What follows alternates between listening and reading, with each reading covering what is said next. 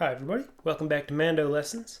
This lesson is part 2 in the Shady Grove series. If you haven't seen part 1, I go over kind of what chords I'm using to play my version of Shady Grove, which is a great traditional American folk song that a lot of people have done. So if you're unfamiliar with the chords that I'm using here, go back to the lesson 1. I'll teach you them over there.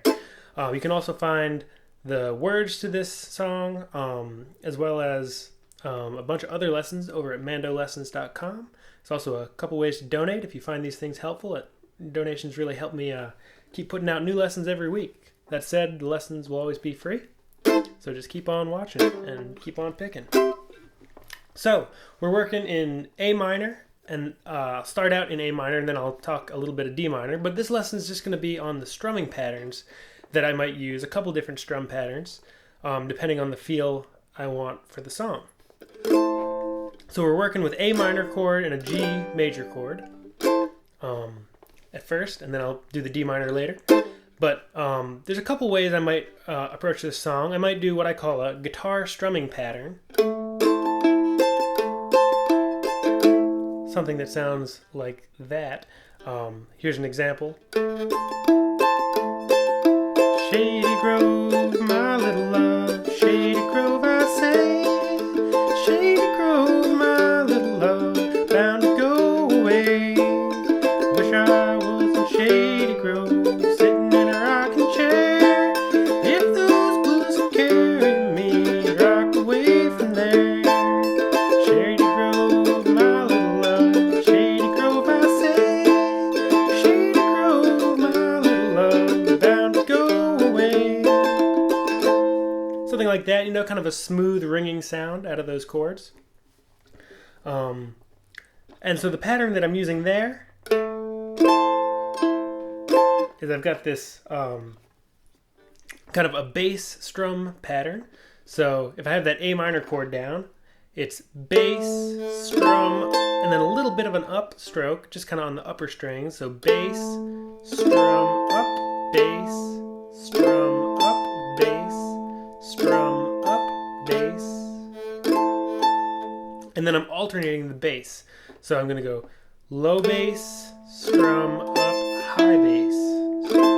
So the first one I'm hitting the G string, 2nd fret, and then D string, 2nd fret. So low, high, low, high. And if this pattern is unfamiliar to you, I have a whole series on strumming patterns in the techniques and fundamentals section where I go over this very pattern. So if you need a little more time with this pattern, check out mandolessons.com in the techniques and fundamentals section. I've got a series on a couple different strumming patterns. So if we wanted to do this pattern in D minor, same idea, use those D minor and C chords that I showed you in part 1 of the Shady Grove series. And you can Shady Grove, my little love, Shady Grove, I say. Shady Grove, my little love, bound to go away. If that suits your voice better. Another way this song gets done is maybe in a bit more of a choppy bluegrass style. Shady Grove, my little love, Shady Grove, I say. Shady Grove, my little love, bound to go away. So that gives it a little more kind of pep to the song. That pattern, I kind of have one strum that I let the notes ring out, and then I release the pressure out of my left hand. So let's just practice that. Get that A minor chord under your fingers. Let it ring out nice and clear. And then just release that pressure in your left hand and the notes will mute.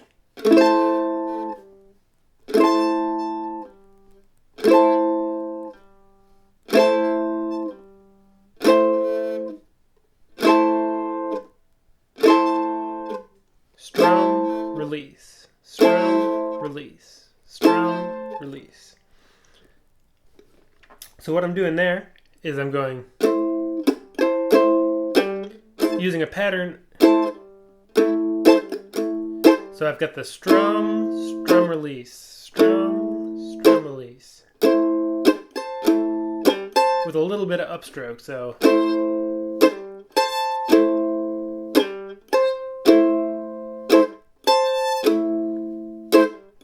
we'll call the strum release chop. We'll call the strum release part of this pattern a chop. So it's going to be strum, chop, up, strum. Strum, chop, which is the muted. So we have strum, chop, and then put your fingers, put the tension back into your fingers for a little upstroke on the high strings. We have strum, chop, strum, chop, up, strum, chop, up, strum, chop, up. And then the same pattern with your G chord. It's going to sound a little different because you have these open strings ringing, but it's still a nice sound. So that ends up sounding like this. Shady Grove, my little love, Shady Grove, I say. Shady Grove, my little love, I'm bound to go away. Something like that. It gives a little more pep, a little more, if you're going to play this in a bluegrass band, you'll do either something like that or just a straight chop. Shady Grove, my little love, Shady Grove, I say. Shady Grove, my little love, bound to go away. Whoops. If you're looking at my fingers and saying, what is that chord?